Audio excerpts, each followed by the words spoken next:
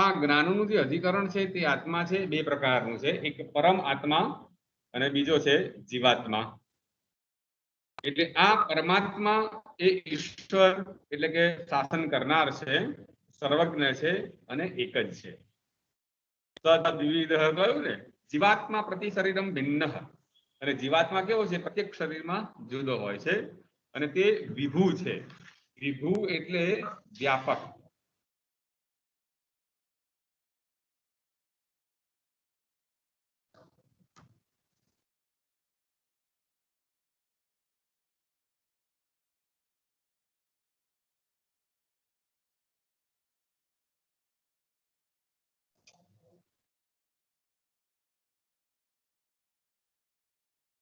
અને નિત્ય હોય છે. આત્મા કેટલા પ્રકારનો? બે પ્રકારનો, એક પરમાત્મા છે અને બીજા જીવાત્મા છે. હવે જ્ઞાન અથવા બુદ્ધિ એ 24 ગુણમાંનો એક ગુણ છે અને ગુણ કોઈ પણ આશ્રય વગર રહી શકતો નથી.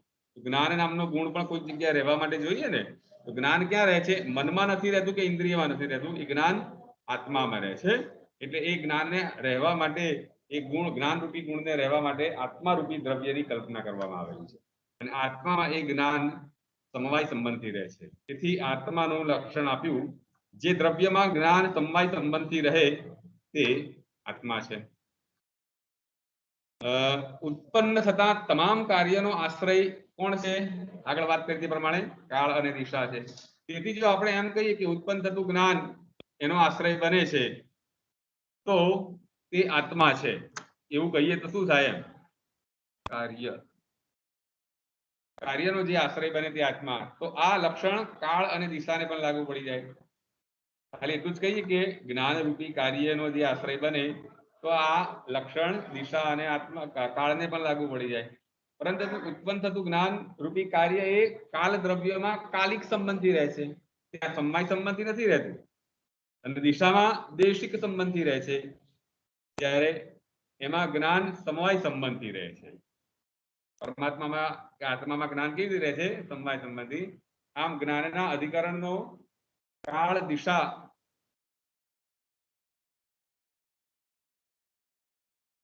અને આત્મા એ ત્રણેય બને છે, પરંતુ જ્ઞાનનો સમવાય સંબંધ સાથે સંબંધ હોય છે, જ્યારે પેલામાં કાલિક અને દેશિક સાથે હોય છે. આ રીતે પરમાત્મા અને જીવાત્મા બંને સમાન રીતે સમવાય સંબંધી જ્ઞાનના આશ્રય બને છે. પરમાત્માનું જ્ઞાન કેવું હોય છે? નિત્ય જ્ઞાન હોય છે. નિત્ય જ્ઞાનમ અધિકરણત્વમ ઈશ્વરત્વમ. એને જે જ્ઞાન થાય એ પછી એ ભૂલતો નથી. જ્યારે આપણું ગામ કેવું હોય છે કે આપણું જ્ઞાન અનિત્ય હોય છે. આપણને અત્યારે સંજ્ઞા પ્રકરણ યાદ નથી, જ્ઞાન થયું હતું એક સમયે પણ અત્યારે ભૂલી ગયા છે, તો આપણું જ્ઞાન કેવું છે? અનિત્ય છે. જ્યારે ભગવાનનું જ્ઞાન કેવું છે? એ નિત્ય છે. આ પરમાત્મા કેવો છે? શાસન કરનાર છે અને એ જીવ એ શાસનનો વિષય છે. પરમાત્મા શાસન કરે છે. કોની ઉપર શાસન કરે છે? તો આપણી ઉપર શાસન કરે છે. પરમાત્મા એ સર્વજ્ઞ છે, જ્યારે આપણે બધા જીવો કેવા છે? અલ્પજ્ઞ છીએ. પરમાત્મામાં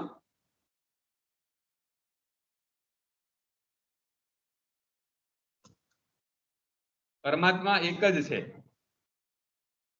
જ્યારે જીવ પ્રત્યેક શરીરમાં જુદા હોય છે. તેથી આ જે જીવ છે એ અનેક છે. પરમાત્મા અને જીવ બંને વિભુ અને નિત્ય છે. આના લક્ષણો આપેલા છે, બહુ સામાન્ય વસ્તુ છે, તમને પણ સરળતાથી આનો ખ્યાલ આવી જાય એવું છે. હવે ઈશ્વરનું અસ્તિત્વ સિદ્ધ કરવાનો પ્રયત્ન થયેલો છે કે ઈશ્વર છે એવું કેવી રીતે સાબિત કરી શકાય? તો પ્રત્યક્ષ પ્રમાણથી સાબિત કરી શકાય એવું નથી, તો અનુમાન પ્રમાણથી સાબિત કરાય. કેવી રીતે? દાખલા તરીકે પૃથ્વી, અંકુર, જીવસૃષ્ટિ, આ બધે પદાર્થો જે હોય છે એ કોઈક કર્તાથી ઉત્પન્ન થતા હોય. વૃક્ષો બન્યા છે, પૃથ્વી બની છે, નદી બની છે, તેનો કોઈ કર્તા હોય. દાખલા તરીકે આપણે ઘટ જોઈએ, એનાથી આપણા મનમાં અનુમાન થાય કે આ ઘટને કોઈકે બનાવ્યો હશે. એવી રીતે પૃથ્વીને જોઈએ છે તો એનાથી આપણને અનુમાન થાય કે આનો કોઈ બનાવનાર હશે. અને કોઈ વ્યક્તિ કરતા ત્યારે જ બની શકે જ્યારે તે વ્યક્તિમાં આ ત્રણ ગુણધર્મો હોય છે. કયા ત્રણ ગુણધર્મો? એક કે જેમાંથી વસ્તુ રચવાની ઈચ્છા હોય,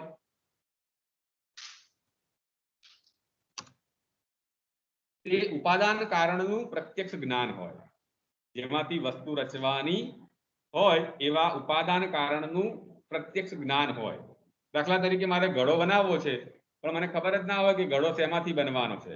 માટીમાંથી બનાવવાનો છે, પછી એનો ચક્ર જોઈએ, એને ફેરવાનો દંડ જોઈએ, પાણી જોઈએ, પર ચક્ર મૂકીને એનો આકાર આપવાની પદ્ધતિ જોઈએ. તો જેમાંથી વસ્તુ બનાવવાની તમને કીધું કે પિઝા બનાવવાના છે, તો પિઝા બનાવવાનું તેમાંથી બનાવવાનું, તો મેદાન લોટ જોઈએ. આપણે ઘઉંનો લોટ લઈએ તો ચાલે? તો ના ચાલે. એટલે ઉપાદાન કારણનું પ્રત્યક્ષ જ્ઞાન હોવું જોઈએ. આ રીતે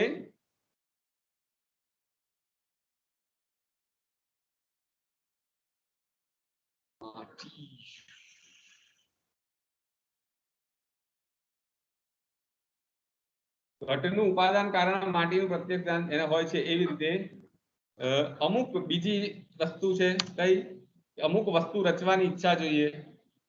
મને ખબર છે કે મારે આ વસ્તુ બનાવવાની છે, પણ એ બનાવવાની મને ઈચ્છા થવી જોઈએ ને.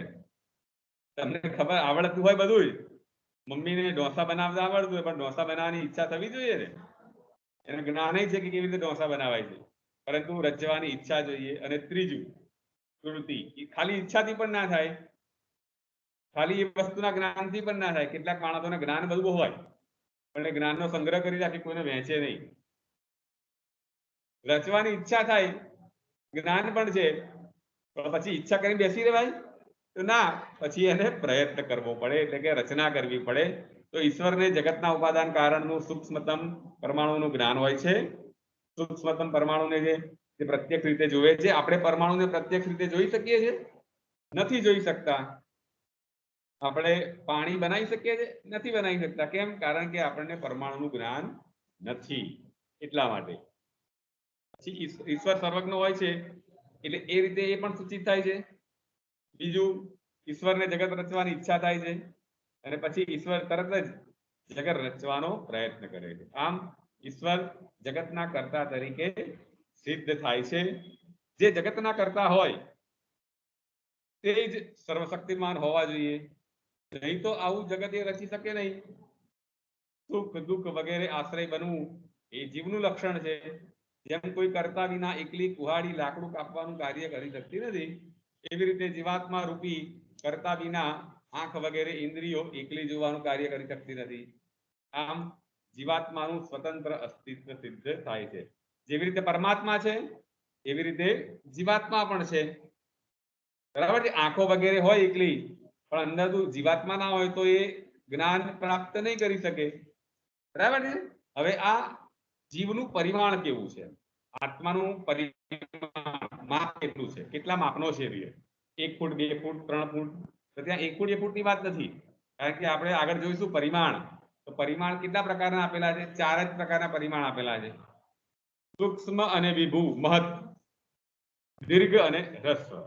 પછી એને પરમ અને મધ્યમ એવા આપીને બીજા 2 પ્રકાર, એટલે 8 પ્રકારો આપેલા છે. જો હવે શું કહે છે કે જીવનું પરિમાણ એ અણુ હોઈ શકે નહીં. કારણ કે જો તેમ હોય તો જીવ આખા શરીરમાં થતા સુખ દુઃખનો અનુભવ ના કરી શકે. વળી જીવાત્મા એ મધ્યમ પરિમાણનો પણ ના હોઈ શકે. આપણને દરેક મધ્યમ પરિમાણની વસ્તુઓ દેખાય છે. એમ કારણ કે જે વસ્તુઓ મધ્યમ પરિમાણની હોય છે, એટલે કે અણુમાપ અને વિભુમાપની વચ્ચેના પરિમાણો, એને શું કહેવાય છે? મધ્યમ પરિમાણ કહેવાય. સૌથી સૂક્ષ્મ અને સૌથી વિશાળની વચ્ચેનું જે હોય એને શું કહેવાય છે? મધ્યમ પરિમાણ કહેવાય. હવે એ વસ્તુ હંમેશા વિનાશી જ હોય છે.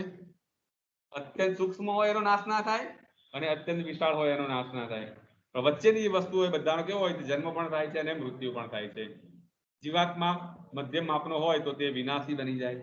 અને આપણે એમ કહીએ છીએ કે જીવાત્મા શરીર મરે છે, પણ આત્મા તો અમર છે. એટલે જીવાત્મા વિભુ એટલે કે વ્યાપક માપનો જ હોવો જોઈએ. જીવાત્મા વ્યાપક હોવાથી બધા શરીર સાથે તેનો સંયોગ થાય છે.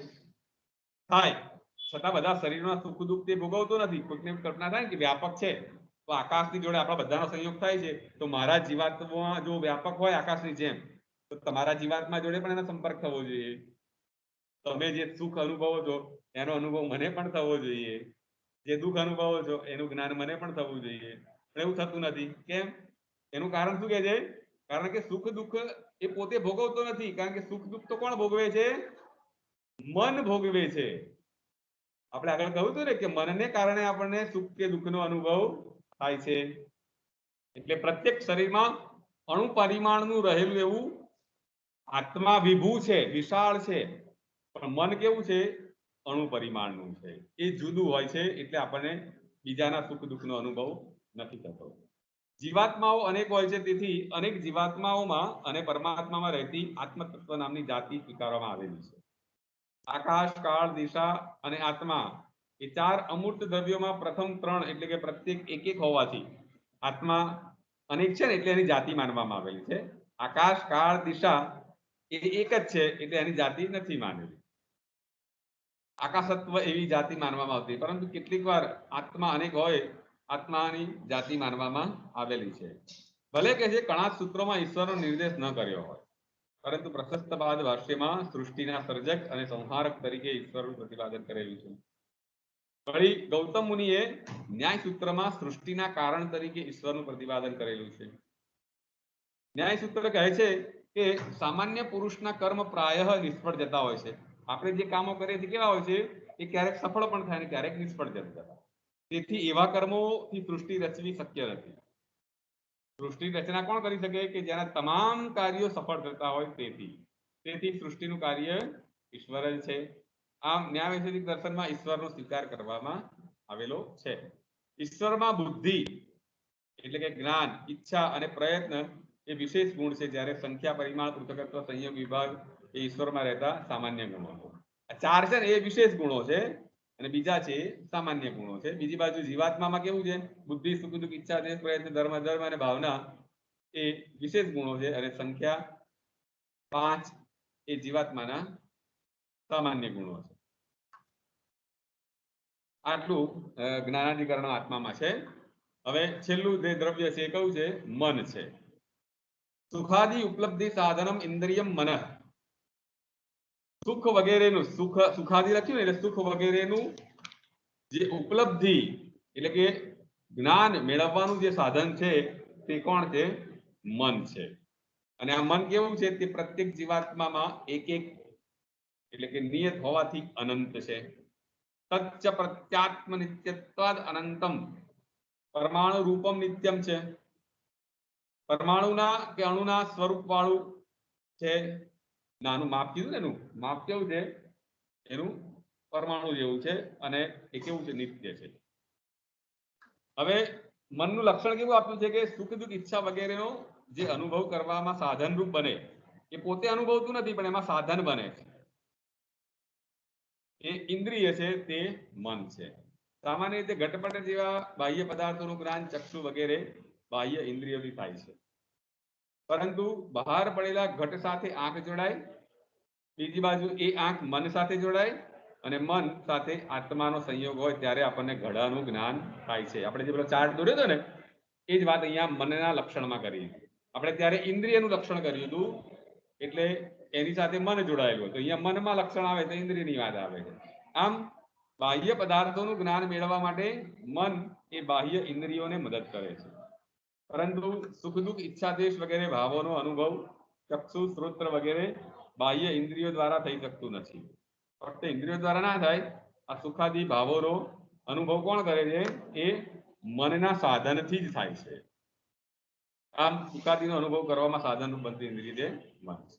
અહીં સાધન શબ્દ એક કરણના અર્થમાં પ્રયોજાયો છે. તેથી સુખાદીના અનુભવનું સાધન તો મન. જો એમ કહ્યું હોત તો શું થાય?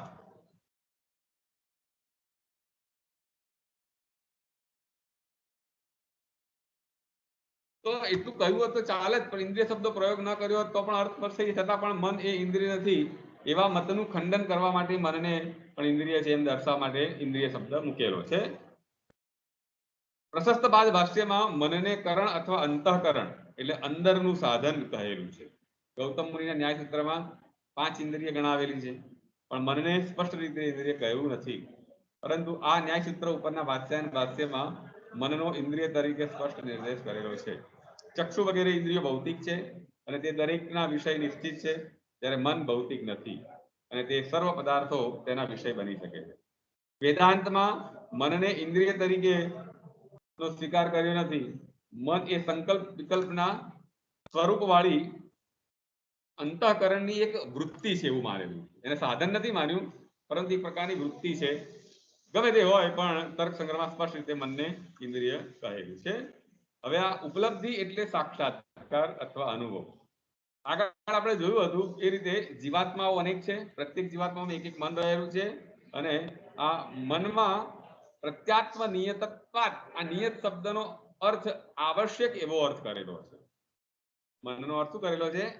આવશ્યક છે એવો અર્થ કર્યો છે. હવે અનંત જીવાત્માઓ સાથે રહેલા મન પણ અનંત હોય છે, અથવા નિયત એટલે કે બીજા આત્મા સાથે એક આત્માના મનનો સંબંધ ન હોવો, તે બે અર્થ કર્યા એના. નિયતનો શું કર્યું? આવશ્યક, અથવા એક આત્માનો બીજા આત્મા સાથે મનનો સંબંધ ન હોવો તે એવો અર્થ કર્યો. હવે પરિમાણ, જેવી રીતે આત્માનું પરિમાણ કહ્યું તેવી રીતે તર્ક સંગ્રહમાં અન્નમ ભટ્ટે મનને અણુ પરિમાણ અથવા તો પરમાણુના માપનું માનેલું છે.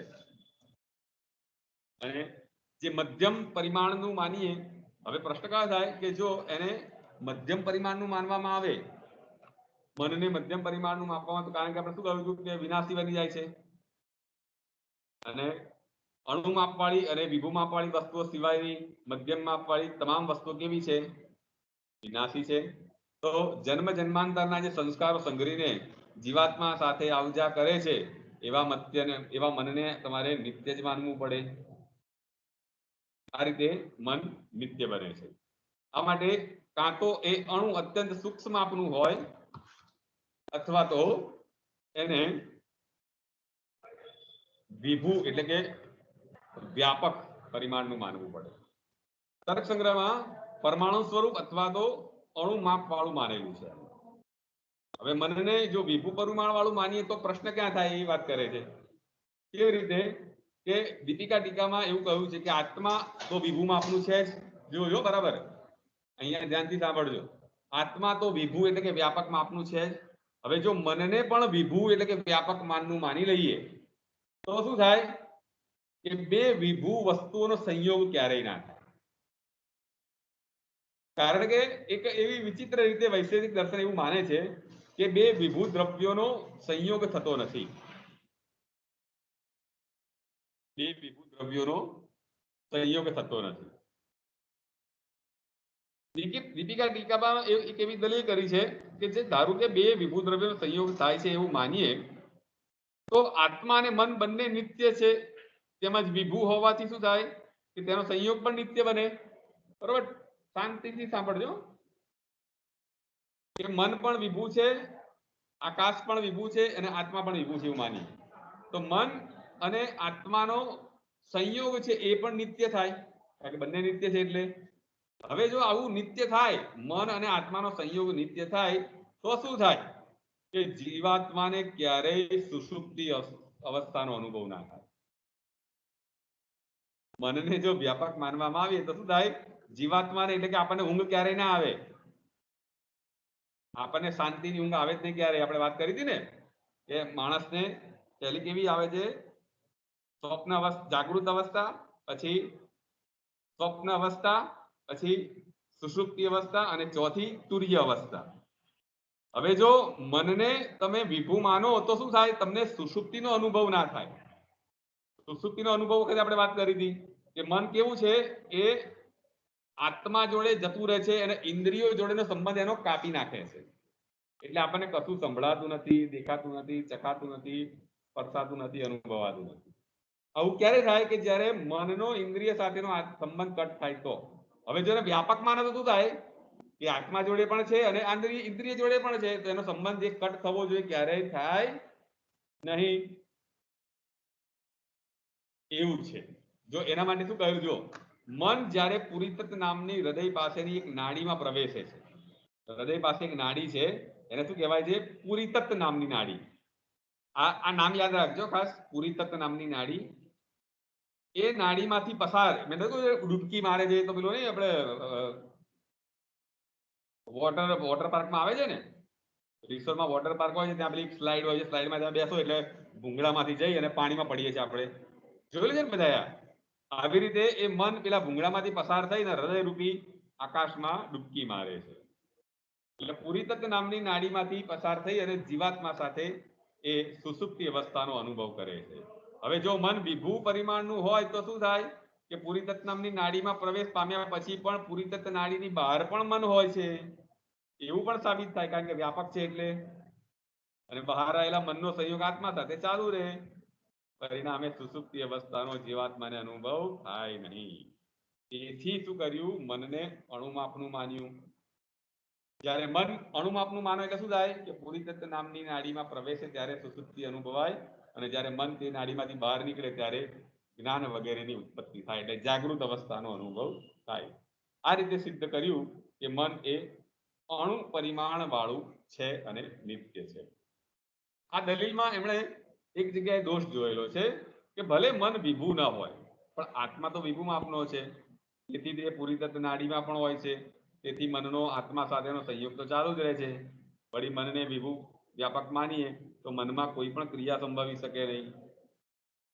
તો અહીંયા બૃહદારણ્યક ઉપનિષદ, મેં નહીં લાસ્ટ ટાઈમ પણ તમને કહ્યું હતું કે બૃહદારણ્યક ઉપનિષદમાં એક આખ્યાયિકામાં આવું કહેલું, જો એની નોંધ અહીં મૂકેલી છે. પછી જ્યારે જીવાત્મા સુષુપ્તિનો અનુભવે ત્યારે કંઈ જાણતો નથી. શરીરમાં હિતા નામની 72,000 નાડીઓ આવેલી છે. તે બધી નાડીઓ હૃદય તરફથી પુરીતત્વ નાડી તરફ ફેલાયેલી હોય છે.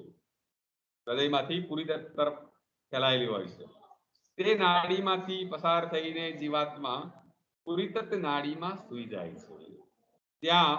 ત્યારે જેમ કોઈ રાજકુમાર, મોટો રાજા કે બ્રાહ્મણ ચિંતાઓને હણી દેનારી આનંદની અવસ્થાને પામીને સૂઈ જાય, તેમ આ જીવાત્મા સૂઈ રહે છે. બૃહદારણ્યક ઉપનિષદમાં આવી રીતે વાત કરેલી છે. ઓકે, આ આપણી મનની વાત અહીંયા પૂરી થઈ.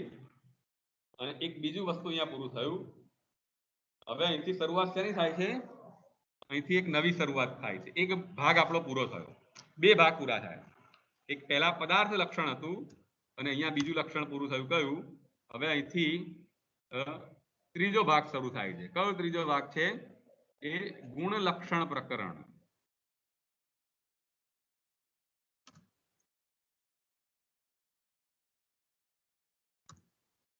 હવે અહીંથી જે શરૂ થવાનું છે 24 ગુણોની વાત અહીંથી શરૂ થશે.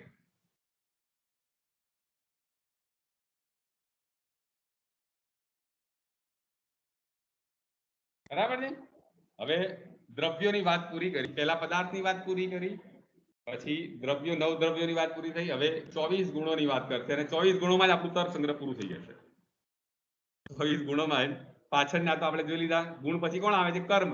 કર્મની વાત કરી દીધી, સામાન્યની વાત કરી દીધી, વિશેષની વાત કરી દીધી, સમવાયની વાત કરી દીધી અને અભાવની પણ વાત કરી દીધી. એટલે આ લક્ષણમાં જ 50% ભાગ તર્ક સંગ્રહનો રોકાયેલો છે. જુઓ કયું છે પહેલો લક્ષણ, કયું પહેલો ગુણ કયો છે? ચક્ષુ માત્ર ગ્રાહ્યો ગુણો રૂપમ. માત્ર ચક્ષુથી ગ્રહણ કરી શકાય એવો જે ગુણ છે એને રૂપ કહેવામાં આવે છે. અને આ રૂપ કેવું છે?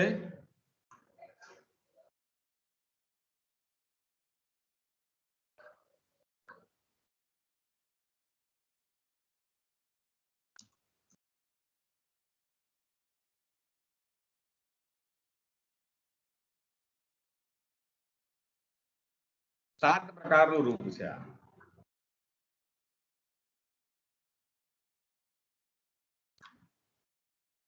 શુક્લ નીલ પીત રક્ત હરિત કપીશ ચિત્ર ભેદાત સપ્તવિધમ. 7 પ્રકારનું રૂપ છે. સફેદ, કાળું, પીળું, લાલ, લીલું, બદામી અને કાવરચિત્રું. ચિત્ર ભેદાત એટલે કાવરચિત્રું હોય. 7 પ્રકારનું. અને ક્યાં ક્યાં રહે છે? પૃથ્વી, જલ, તેજો, વૃત્તિ. પૃથ્વી અને જળ અને તેજસમાં આ રહે છે. તત્ર પૃથ્વ્યામ સપ્તવિધ. પૃથ્વીમાં 7 પ્રકારનું રહે છે. અભાસ્વર શુક્લમ જલે, ચળકતું ના હોય એવું સફેદ રંગનું જળમાં રહે છે અને ભાસ્વર શુક્લમ તેજસી, અને ચળકતું હોય એવું શુક્લ સફેદ રંગ એ તેજસમાં રહે છે. એટલે આ રીતે 7 પ્રકારનું રૂપ. રૂપનો અર્થ શું કર્યો છે આપણે લાસ્ટ ટાઈમ પણ વાત કરી હતી કે રૂપ એટલે ગંધ, સોરી, રૂપ એટલે રંગ. જે 7 રંગ આપણને દેખાય છે એને શું કહેવાય છે? રૂપ કહેવાય છે. હવે આ બધા ગુણોના કેટલાક સામાન્ય લક્ષણો આપેલા છે. હવે જે ગુણો શરૂ થવાના છે ને એ બધા ગુણોના કેટલાક સામાન્ય લક્ષણો છે. મેં જે તમને શેર કરી છે પીડીએફ, એમાં એ વિગતો બધી આપેલી જ છે. એને આપણે હવે જરા જોઈ લઈએ છે કે પહેલું લક્ષણ કેવું હોય કે ગુણત્વ જાતિથી યુક્ત હોય અને કોઈ પણ દ્રવ્ય સાથે સમવાય સંબંધથી જોડાયેલું હોય. બધા જ ગુણો કેવા હશે? ગુણત્વ જાતિ વાળા હશે અને રહેવાના ક્યાં? તો દ્રવ્યમાં રહેવાના છે. કોઈ ને કોઈ એક દ્રવ્યની સાથે સમવાય સંબંધથી જોડાયેલું હોય, કોઈક ને કોઈક દ્રવ્યને આશ્રય રહેલું હોય. અને 3, એ પોતે ગુણ રહિત અને ક્રિયા રહિત હોય. 24 ગુણમાં કોઈ ગુણ નહીં રહેલો હોય અને એમાં કોઈ ક્રિયા પણ નહીં રહેવાની. બરાબર છે? ગુણ એ બીજાને આશ્રય રહેવાનો છે. હવે આ રૂપ ગુણત્વ જાતિ સાથે સમવાય સંબંધથી જોડાયેલું છે. દાખલા તરીકે ઘટમાં રહેલું લાલ રૂપ, આ લાલ રૂપ એ પૃથ્વી દ્રવ્ય સાથે, પૃથ્વી દ્રવ્ય એવા ઘટની આશ્રય રહે છે અને તે રૂપ પોતે એક ગુણ છે, તે બીજાને આશ્રય રહેલો છે, પરંતુ તેના આશ્રય બીજો કોઈ ગુણ રહેતો નથી. આ ઉપરાંત રૂપના આશ્રય કોઈ ક્રિયા પણ રહેતી નથી. જે ઉપર 3 વાત કરી ને એની જ વાત અહીંયા એમણે રિપીટ કરી લેજે. હવે રૂપનું લક્ષણ જોઈએ તો રૂપનું લક્ષણ શું આપેલું છે? ચક્ષુર માત્ર ગ્રાહ્ય ગુણો રૂપમ. હવે આમાં 2 શબ્દો મૂકેલા છે. એક શબ્દ મૂક્યો છે માત્ર શબ્દ અને બીજો મૂક્યો છે ગુણ શબ્દ. હવે એની વિશેષતા ચર્ચવામાં આવેલી છે. કેમ? કારણ કે જો આ બંને શબ્દો ન મૂક્યા તો શું થાય? કારણ કે માત્ર શબ્દ ન હોય તો આ લક્ષણ સંખ્યા, યોગ, સંયોગ અને વિભાગને પણ લાગુ પડી જાય. કેમ? કારણ કે સંખ્યા પણ કેવી છે? જો રંગ છે ને નંદની, બરાબર સમજાય છે ને? હા સર. હા, કારણ કે હું મારું એક્સપ્રેસ ગાડી ચાલે એટલે પૂછતો નહીં વચ્ચે. હવે વાત સરળ આવે છે. એટલે માત્ર શબ્દ ના મૂક્યા શું થાય? રંગ એવી વસ્તુ એવી છે કે ફક્ત એ ચક્ષુથી જ ગ્રહણ કરી શકાય. ખાલી ચક્ષુ મૂકી તો શું થઈ જાય કે જે ચક્ષુથી ગ્રહણ કરી શકાય તેને રૂપ કહેવાય. તો એ લક્ષણ ક્યાં લાગુ પડી જાય? સંખ્યાને પણ લાગુ પડી જાય.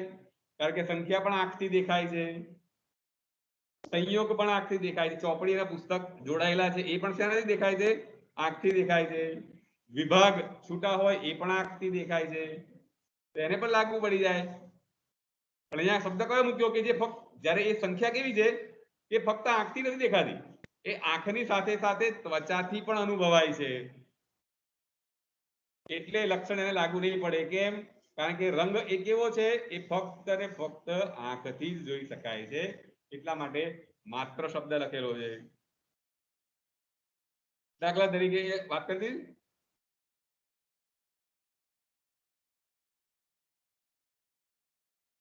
હવે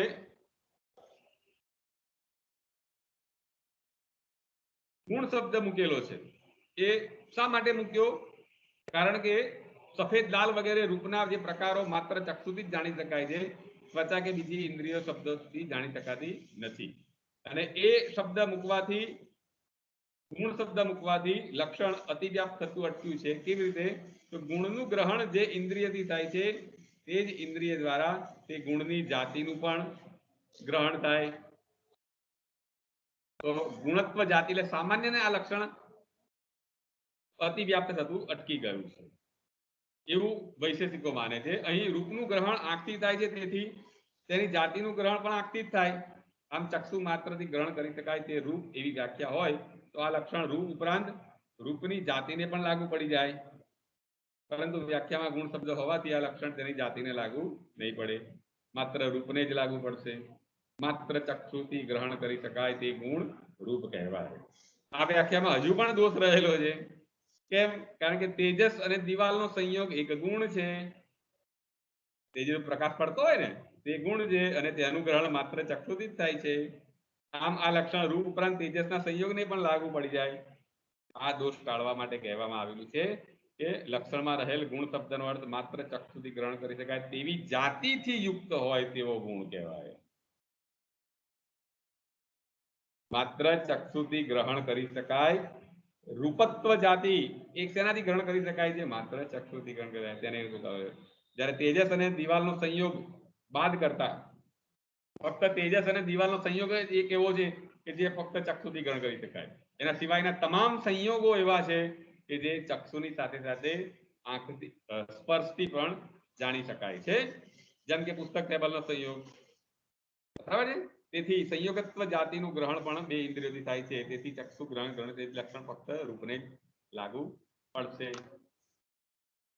તો હવે 20, 21 અને 22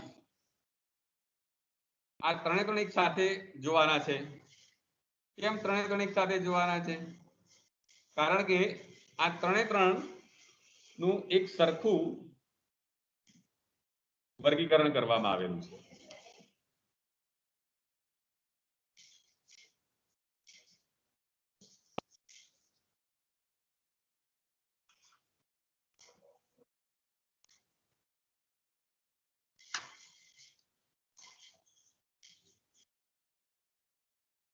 રસના ગ્રાહ્યો ગુણો રસ એક સરખું આનું વર્ગીકરણ છે. સમજૂતી પણ સરખી જ આવે છે એટલે એને સાથે મૂકેલા છે. સચ રસના જીભથી ગ્રહણ કરી શકાય તે ગુણ કેવો છે? રસ છે. અને તે કેવો છે? મધુર, આમ્લ, લવણ, કટુ, કષાય, તિક્ત, ભેદાત. 6 પ્રકારનો રસ છે. સ્વાદ કેટલા પ્રકારનો છે? પેલા નાટકમાં રસ આવે છે 8 પ્રકારના છે.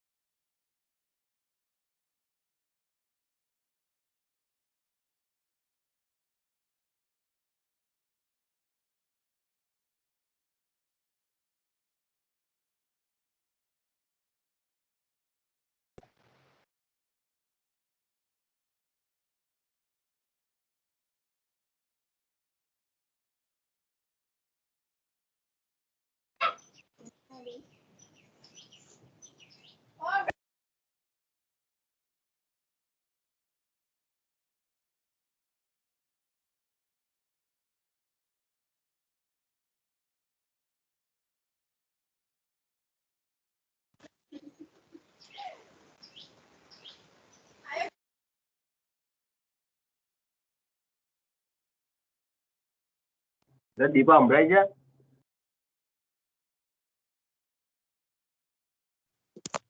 नहीं संभળાતું.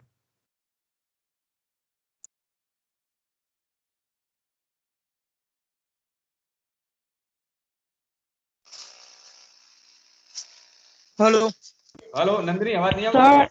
सर म्यूट हाँ। થઈ ગયેલું સર તમારું હા એવું છે? સર તમારું માઇક હા સર મ્यूट થઈ ગયું હતું તમારું માઇક મેં તો હું તો અડિયો નહીં કરતો તો જાતે ઓકે વાંધો નહીં ચાલો. શું બતાવતા હતા હા બે ઓકે ત્રણ વાંધો નહીં. ગંધનું લક્ષણ જોઈએ તો ગ્રાણેન્દ્રિયથી ગ્રહણ કરી શકાય તે ગુણ ગંધ છે અને ગુણના અભાવમાં જે અતિવ્યાપ્તિ દોષ આવે છે ને એ દોષની વાત આગળ જે રૂપ પ્રમાણે સમજી એ પ્રમાણે સમજી લેવા. આ રીતે સ્પર્શત્વ જાતિનું ગ્રહણ માત્ર ત્વચાથી થાય છે અને છતાં ગુણપદ હોવાથી આ લક્ષણ સ્પર્શત્વ જાતિને લાગુ નહીં પડે. વળી સ્પર્શના લક્ષણમાં રૂપ લક્ષણની જેમ માત્ર શબ્દ મૂક્યો છે. જો તે ના હોય તો આ લક્ષણ સંખ્યા સંયોગને પણ લાગુ પડી જાય. આ સમજી જ ગયા છે બહુ ચર્ચા નથી કરતા. જેમ કે બે ખુરશીમાં રહેલી સંખ્યાનું જ્ઞાન આંખ અને ત્વચાથી થાય છે. આથી આ લક્ષણ માત્ર ત્વચાથી ગ્રહણ કરી શકાય તે લખ્યું. તેથી આ લક્ષણ શીતળ વગેરે સ્પર્શને જ લાગુ પડશે.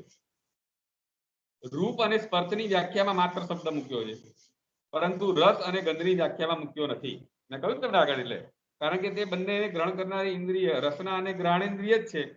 ગંધ ગ્રહણેન્દ્રિયથી જ ગ્રહણ થાય છે તો ત્યાં માત્ર મૂકવાની જરૂર છે જ નહીં કારણ કે નાકથી બીજું કશું ગ્રહણ થતું નથી. કોઈ ગુણનું આ રીતે અતિવ્યાપ્તિનો પ્રસંગ જ આવતો નથી તેથી માત્ર શબ્દ લખવાની જરૂર નથી. ઓકે આ આપણે ત્રણ વસ્તુ અહીંયા બરાબર રીતે જોઈ લીધી. હવે એ આ 23મું છે એને થોડુંક આપણે વિશેષ રીતે સમજવાના છે.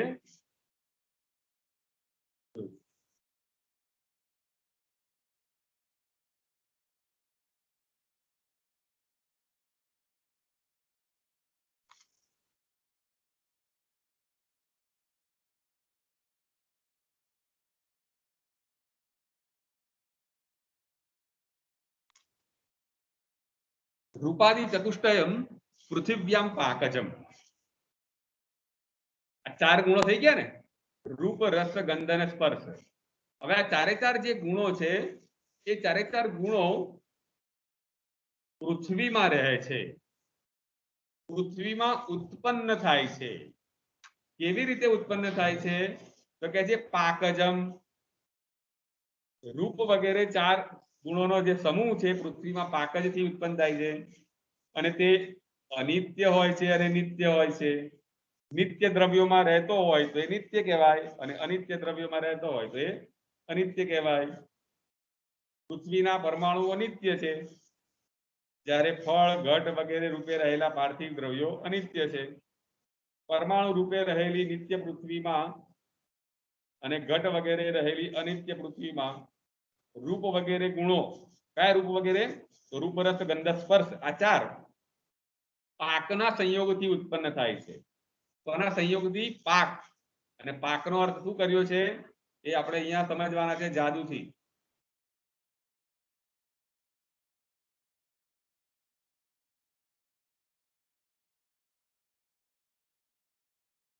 જો બતાવું તમને આવી ગયું ને. હા પાક જ કોને કહેવાય એ વાત અહીંયા કરવાના છે આપણે. પાકાત જાયતે પાકજમ. પાકજનો અર્થ શું કરેલો છે જો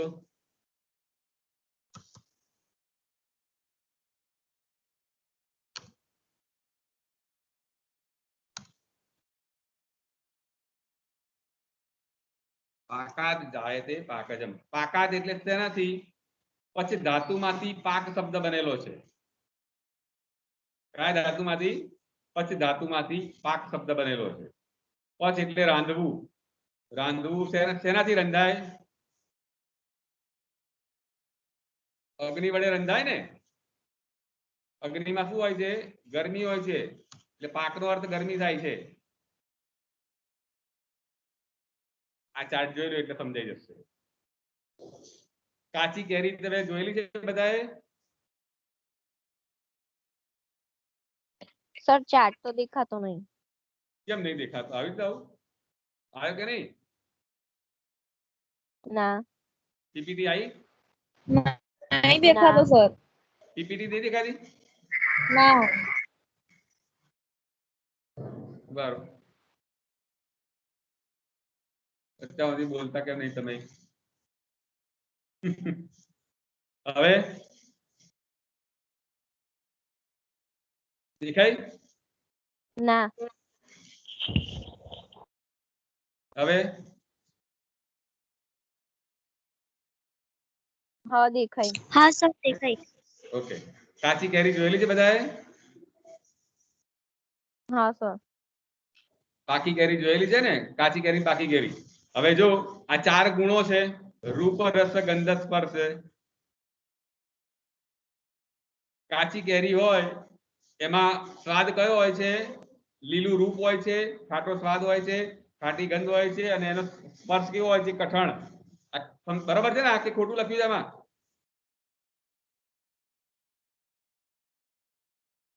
ના સર. કાચી કેરીનો સંયોગ કોની સાથે થાય? ગરમી સાથે સંયોગ થાય.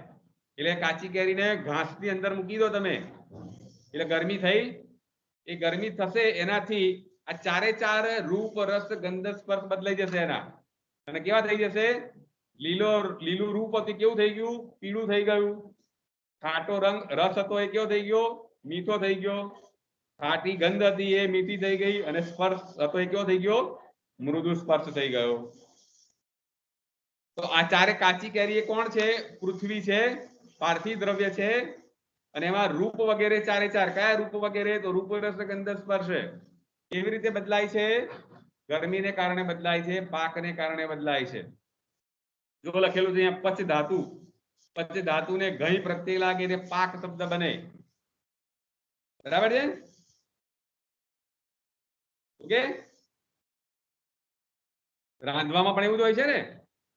ખીચડી ચડાવીએ તો નીચે શું આપીએ છીએ? ગરમી આપીએ છીએ, એટલે શું બદલાઈ જાય? એનું તત્વ બધું બદલાઈ જાય.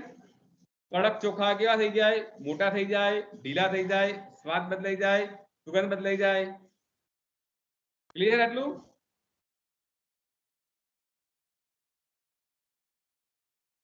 બીજું એક ઉદાહરણ આપું. આપણે કોઈને એમ કહીએ કે બોલ હું આ ઘાસમાંથી ઘી કાઢી બતાવું, તો નીકળે કે નહીં? ઘાસમાંથી ઘી નીકળે? પેલા ખબર નહીં સર. લો તું ગામડાની જેને ખબર નહીં બેન. હવે આ કેરીની જગ્યાએ ખાલી ઘાસ મૂકી દો. બરાબર છે? હવે ઘાસ કોને ખવડાવવાનું? ગાયને ખવડાવવાનું. ગાયના પેટમાં જાય પછી શું નીકળે? ત્યાંથી દૂધ નીકળે. દૂધની જોડે ગરમીનો સંયોગ થાય એટલે કે દૂધ દહીં બની જાય.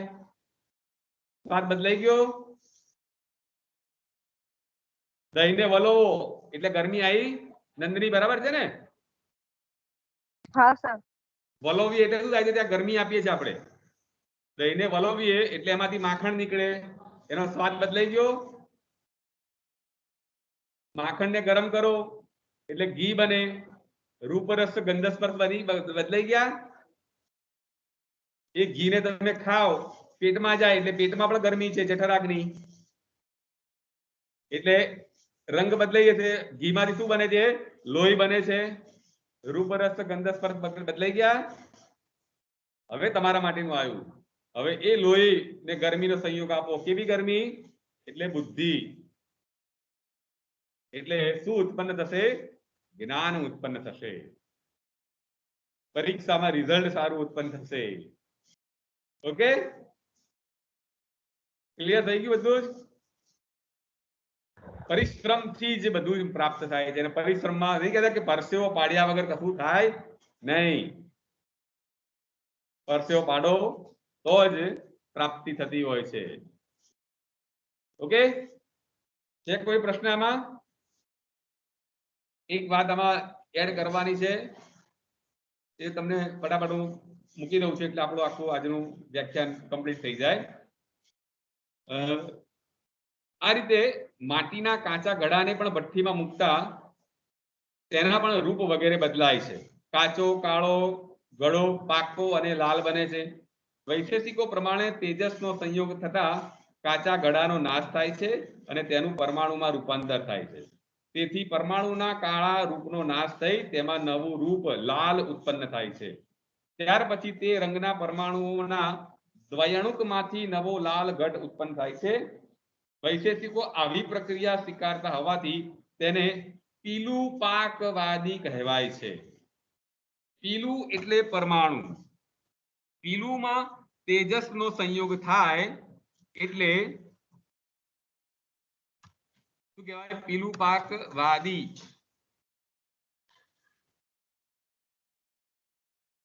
એવું સ્વીકારતા હોવાથી જ પરમાણુમાં લાલ રંગ ઉત્પન્ન થાય છે એમ માનનારા વૈશેષિકો છે. આનાથી ઉલટું નૈયાયિકો શું માને છે? એ પીઠર પાકવાદી કહેવાય છે. એને શું કહેવાય છે? પીઠર પાકવાદી. નૈયાયિકો એમ માને છે કે કાચા કાળા ગળાનો નાશ થતો નથી, પરંતુ એક સાથે આખા ઘટ એટલે કે પીઠરમાં અને ઘટના અવયવરૂપ પરમાણુમાં કાળા રંગનો નાશ થાય છે અને નવો લાલ રંગ ઉત્પન્ન થાય છે. આવું માનનારા નૈયાયિકો એટલે એમને પીઠર પાકવાદી કહેવાય છે. ઓકે, આટલે સુધી રાખીએ છીએ. અને આજે જે મેં શેર કરી છે ને એમાં આ ચારે ચાર 17 થી 18 થી 23 સુધીના બરાબર વાંચી લેજો એટલે તમને કમ્પ્લીટ સમજાઈ જશે. ઓકે, મળીએ ત્યારે આવતીકાલે. તમારી હાજરી ડાઉનલોડ કરી લો.